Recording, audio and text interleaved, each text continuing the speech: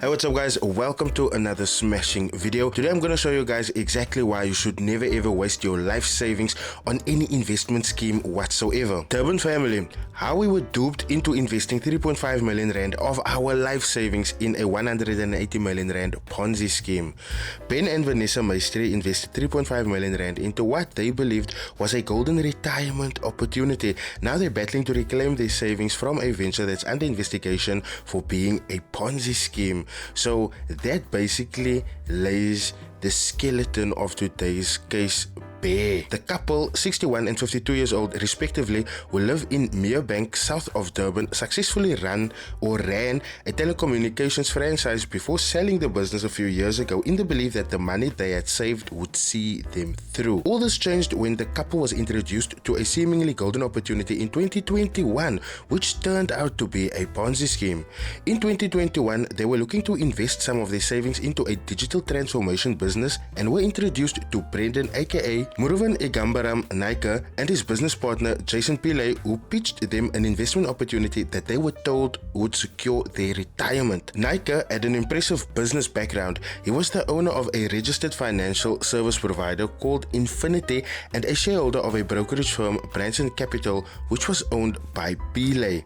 Naika and Pillay met the Maestris at Infinity and Branson Capital's offices in upmarket Umhlanga in early 2021, where they were presented with a methodology of their investment strategy, promising offshore investments with lucrative returns. The proposition seemed straightforward: invest funds and receive monthly dividends of 3%.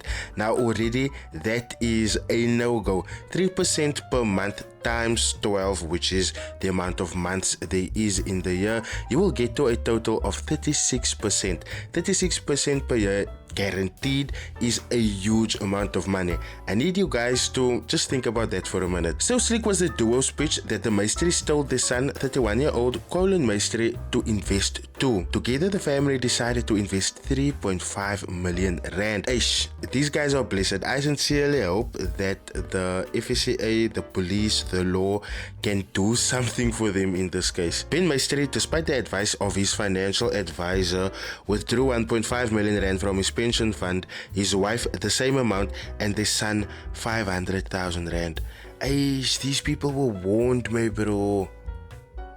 Now you guys see, at some point things move away from the awareness, because as you guys can see, this people's financial advisor made them aware, but listen, but still they went ahead because, you know, I don't want to be rude and say greed, because obviously they must now saw that this was a legit thing and the returns was not that big enough to scare them away. But at the end of the day, you have got to use your mind, and 3% per month, that is a little bit too much.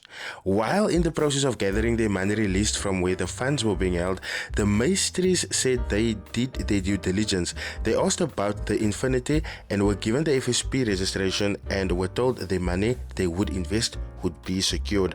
Now that already was almost like, that's your gut telling you, my bro, something isn't right. Branson Capital even went as far as to offer a preferential rate for friends and family, making the deal seem even sweeter. Biggest red flag.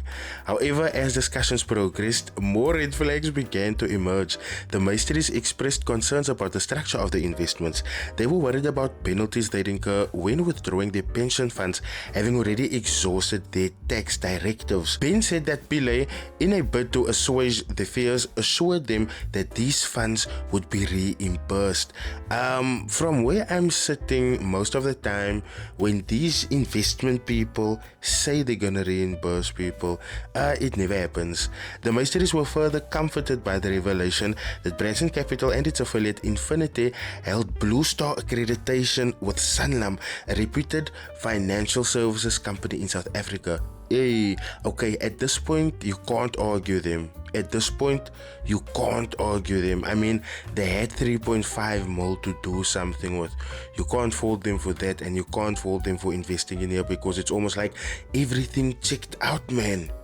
By March 2022, the pressure to invest was mounting. Pile and Nike, as representatives of Branson Capital, frequently inquired about their pension funds, urging them to withdraw and invest before they missed out on limited time deals. Now that is a massive red flag, because why are they pressing you to release your nest egg to give to them? Because ultimately that is what's gonna happen. You are gonna take your money so that you can invest it into their scheme. But why are they pressing you for it? Succumbing to the pressure, the Maestries withdrew their funds in March 2022 and transferred them to Branson Capital in April. So this is basically like last year, guys. However, the promised dividends were not forthcoming. Payments were sporadic, often delayed, and sometimes short of the agreed amount. Excuses ranged from personal tragedies to inquiries from the Reserve Bank regarding potential money laundering. By October 2022, communication with Pile became challenging and Nike's assurances seemed empty. The situation deteriorated further in 2023.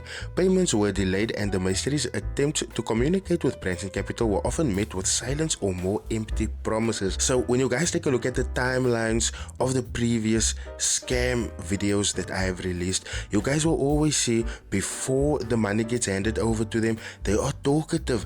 They are even going as far as pressing you to release your money. The moment they have your money, that is when things in their communication would change. And I mean, it's not a case of they are doing it in a way that you cannot notice it. They do it really boldly. Like they start ignoring you, they start blue ticking you, some even go as far as blocking you. In desperation, they sought legal counsel, serving Branson Capital with letters of demand in May 2023.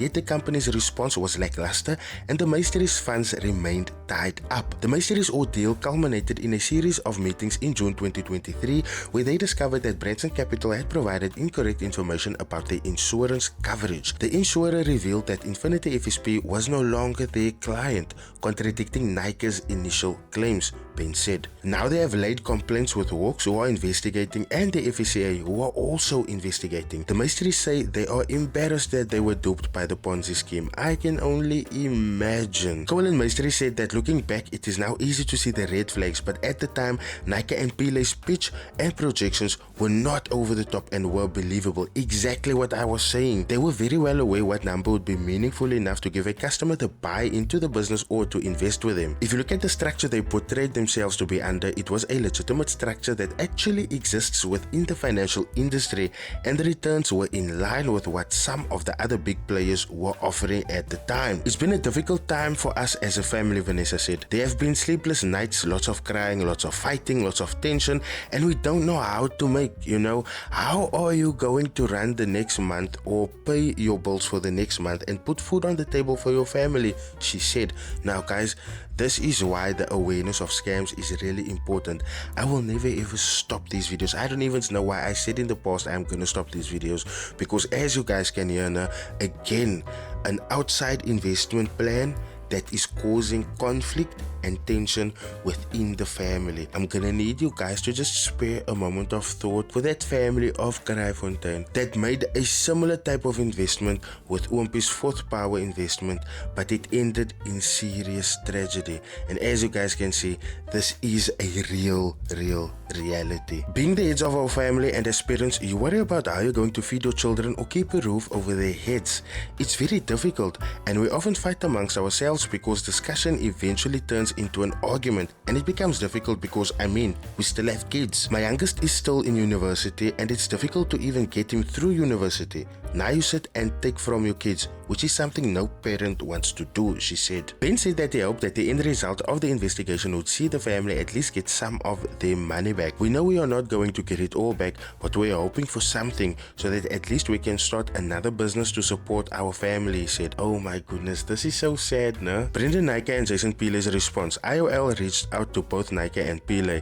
Nike said in a WhatsApp message that he is a shareholder of Branson Capital and is currently dealing with this issue with his his attorney and he is taking action against the directors of the company. A letter sent to IOL by his attorney said Nike had long resigned as a director of Brands and Capital. He did not specify exactly when he resigned as a director or if he was a director between 2022 and 2023 when the scheme began unraveling. We however advise that the allegations that your letter records that our client and his companies Infinity and Brands and Capital ran a Ponzi scheme is unfounded. As your letter suggests the contrary, we invite you to substantiate the allegations that your mail records to accord our client a fair right to respond. The law firm was sent a detailed list containing 10 questions which outlined allegations made against Nike.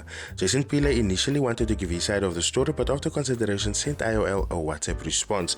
In it he said, unfortunately, due to there being an active investigation of the matter, I believe that right now would not be the right time for me to offer any statement or comment. I would be open to an interview or to provide comment after the investigation, as the integrity of the same is currently of the highest priority to me. Hey guys, this is a shocking one because it's almost like all of these people's ducks were lined in a row, and I mean at this point you can't blame anyone for thinking the investment game, the forex game, or any type of game where handing your money over to someone to make more money for them, you can't blame people for thinking it's a scam, because look at what is happening. And then you get comments, or let me rather say you get replies that either comes from attorneys that makes you just want to back off entirely because it's going to be admin on admin on admin, or you get comments like that other brother that's like someone like, yeah, I don't want to say anything because this is still an ongoing investigation, but we must know once they start speaking, they speak their big for bay, and we can put one and one together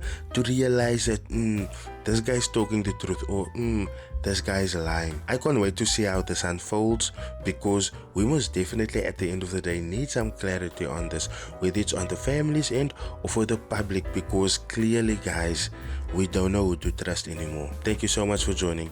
I will see you guys in my next video. Cheers.